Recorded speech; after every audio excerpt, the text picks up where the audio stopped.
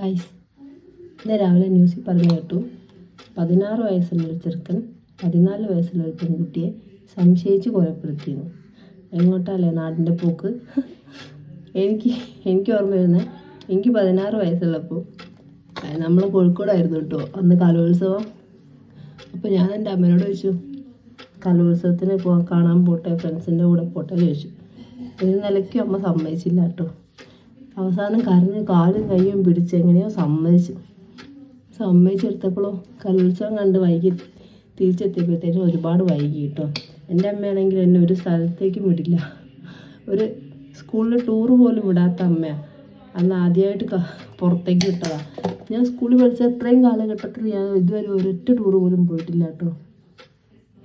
വലുതായി കോളേജിൽ പഠിച്ചാൽ പോലും ടൂറ് പോയിട്ടില്ല. എൻ്റെ അമ്മ വിടില്ല. എൻ്റെ അമ്മയ്ക്ക് പേടിയാണ്.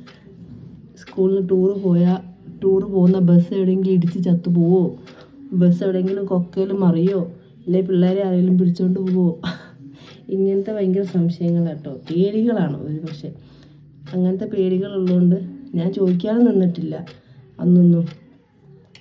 പിന്നെ നമ്മളെ ചെറുപ്പകാലത്തിലൊക്കെ എങ്ങനെയെങ്കിലും വിശപ്പൊക്കെ മാറ്റുക, നല്ല ഉടുപ്പിടുക, അത്രയ്ക്ക് തന്നെ ആഗ്രഹങ്ങളില്ലായിരുന്നു.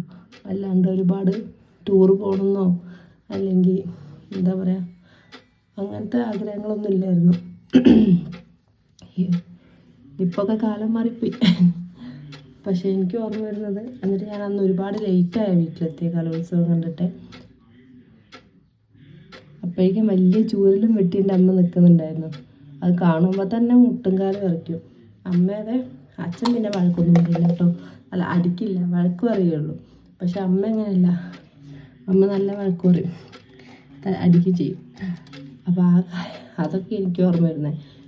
ഇപ്പോഴത്തെ പിള്ളേർക്കൊന്നും എല്ലാം കിട്ടുന്നുണ്ട്, ഒന്നിനും ബുദ്ധിമുട്ടില്ല. എൻ്റെ അപ്പമാണെങ്കിൽ തന്നെ എല്ലാം കിട്ടുന്നുണ്ട്. അതാണ്. ഒരു സമയത്തൊക്കെ ഉടുക്കാനൊരു ഉടുപ്പ് പോലും ഇല്ലാത്തൊരു സമയമൊക്കെ എനിക്ക് വരെ ഉണ്ടായിരുന്നു.